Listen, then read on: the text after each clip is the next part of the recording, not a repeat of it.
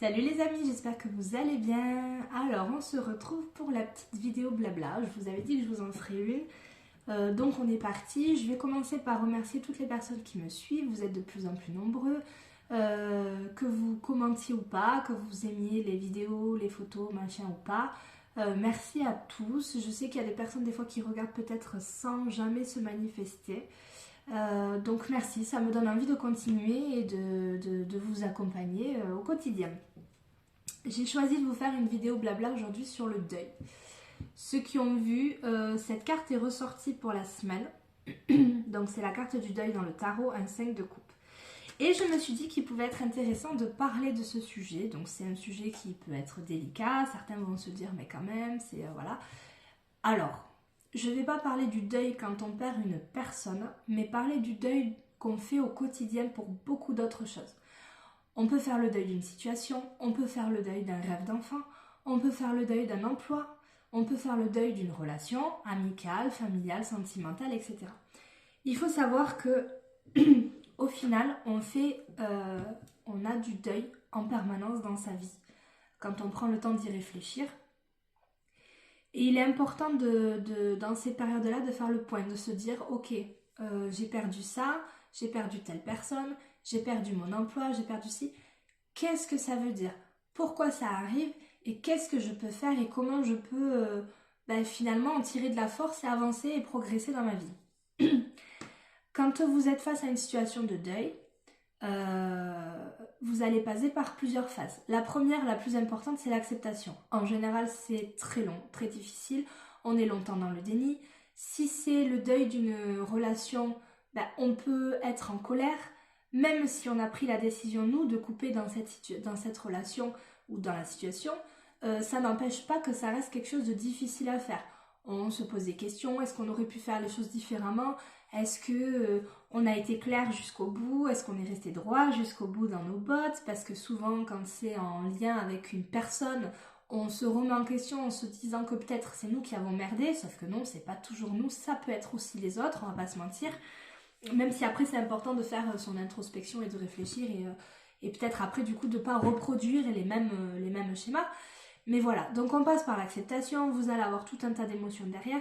Et à partir du moment où vous faites l'acceptation, vous allez commencer à vous libérer de ce deuil et à en tirer les leçons.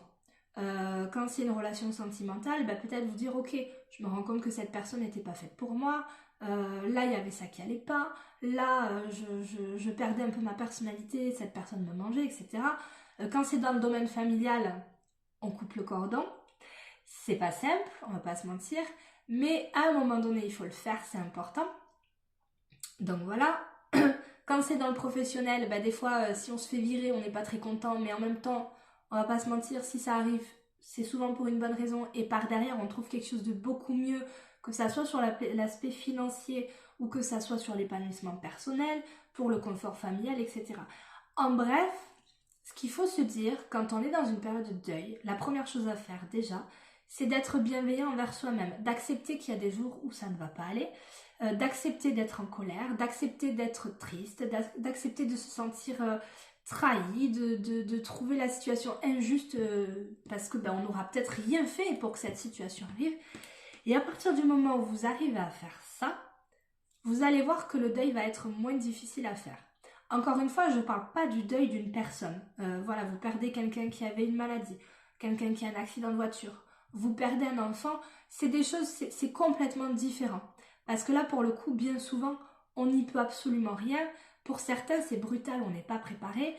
Alors, voilà, je ne vais pas parler, mais quand même, les phases de deuil d'une personne qu'on perd vraiment et les phases de deuil liées à une situation où quand on fait le deuil du vivant d'une personne, c'est comme ça qu'on appelle ça, les phases sont quand même un peu similaires. Hein. On passe quand même par les mêmes étapes au niveau... Enfin, un psy vous dirait, vous passez par les mêmes étapes qu'un deuil normal.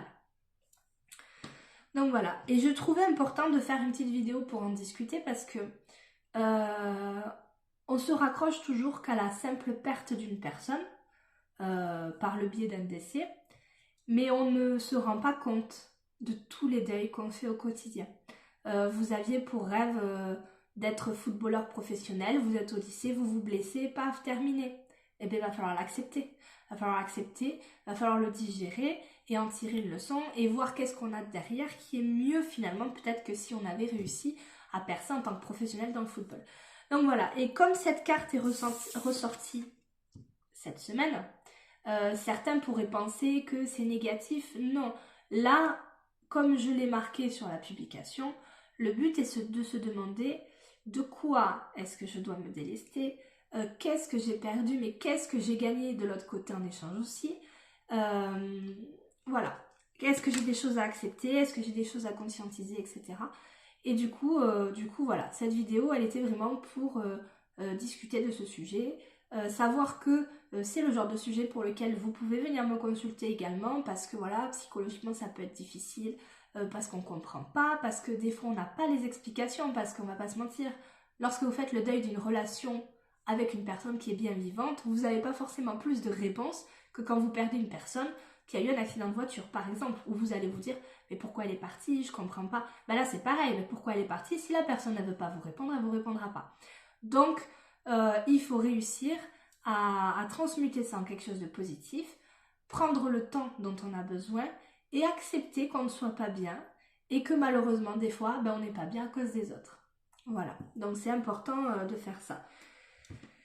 Je pense que j'ai fait le tour de la question. Si vous avez envie d'échanger dans les commentaires, si vous avez envie d'en discuter, si vous avez besoin d'une consultation, si vous avez besoin, voilà, on échange, on en discute, il n'y a pas de souci. Mais prenez toujours le temps quand vous avez un moment de vous poser, de réfléchir à qu'est-ce qui se passe, pourquoi ça se passe comme ça. Alors pas le pourquoi ça se passe comme ça parce qu'on veut absolument une réponse, juste le ok, qu'est-ce qui se passe, qu'est-ce que je peux faire, vraiment ce côté, pas mental prise de tête, ce côté apprentissage en fait, ce côté qu'est-ce que je dois en tirer comme leçon et comment je rebondis. Et le but c'est de toujours rebondir en fait, de toujours se remettre en selle. Vous savez, c'est comme quelqu'un qui va tomber de cheval, on va lui dire bah tu remontes tout de suite. Vous avez un accident de voiture, on va vous dire vous reconduisez tout de suite. Vous tombez de vélo, pareil, il faut remonter. Un enfant, c'est ce qu'on lui apprend. Quand il marche, il tombe, il se relève tout de suite. Il va pas attendre. Ben là, c'est pareil. Le but, c'est de réussir au fur et à mesure à comprendre toutes ces choses pour que plus tard, quand on a une situation similaire, quand on a un problème, on n'en vienne pas tout de suite à panique à bord, j'ai le monde qui me tombe sur la tête et je ne sais pas quoi faire. Non, le but, c'est justement de s'armer pour être le mieux préparé possible et pour quand on est parent, réussir à armer nos enfants aussi, parce que c'est pas à l'école que les enfants ils vont apprendre certaines choses, hein. On va pas se mentir. Alors je vais pas forcément donner mon point de vue sur l'éducation nationale, etc. et tout ce qui touche, parce que c'est un domaine où voilà, j'ai des avis bien tranchés, c'est pas le but de cette vidéo. Mais on apprend les enfants à être dans des moules, eh ben, sortez vos enfants des moules, apprenez-leur à être eux-mêmes, à être bienveillants envers les autres et envers eux-mêmes en premier, à ne pas culpabiliser quand ils sont eux-mêmes parce que ça plaît pas aux autres, mais en même temps, on est tous différents. Et en fait, toutes ces petites choses de la vie que nous, on travaille en tant qu'adultes au quotidien, si on commence déjà à armer nos enfants petits, vous allez leur faire gagner un temps de dingue. Mais un temps de dingue. Ils se prendront beaucoup moins la tête. Ils seront beaucoup plus vite épanouis dans leur vie et ils seront toujours en accord et bien, avec une estime d'eux forte, avec une confiance en eux que nous, on n'a peut-être pas eu depuis tout petit. Ils prendront des claques dans la figure, hein, comme tout le monde, on va pas se mentir, hein, c'est comme ça qu'on apprend, mais c'est important. Et du coup, cette carte du deuil, quand vous avez une carte comme ça qui sort, où c'est des énergies où on pourrait croire qu'elles sont lourdes, non, toujours se poser la question de pourquoi, qu'est-ce qu'il y a de mieux derrière et toujours voir le côté positif et voilà. Voilà, ben, j'espère que cette petite vidéo vous aura plu, ça faisait une petite vidéo blabla de plus, hein, si vous avez envie de partager, que vous aimez, que voilà, vous faites comme vous voulez. Et puis si vous avez des sujets que vous voulez aborder, vous n'hésitez pas aussi à me mettre un petit commentaire ou envoyer un message privé si vous n'avez pas envie de partager devant les autres. Il y a certaines personnes qui osent peut-être pas échanger, donc petit message privé, on en discute avec grand plaisir. Et je vous souhaite une bonne journée, une bonne soirée, un bon week-end, suivant quand vous verrez cette vidéo. Et on se retrouvera pour d'autres sujets. Bye bye!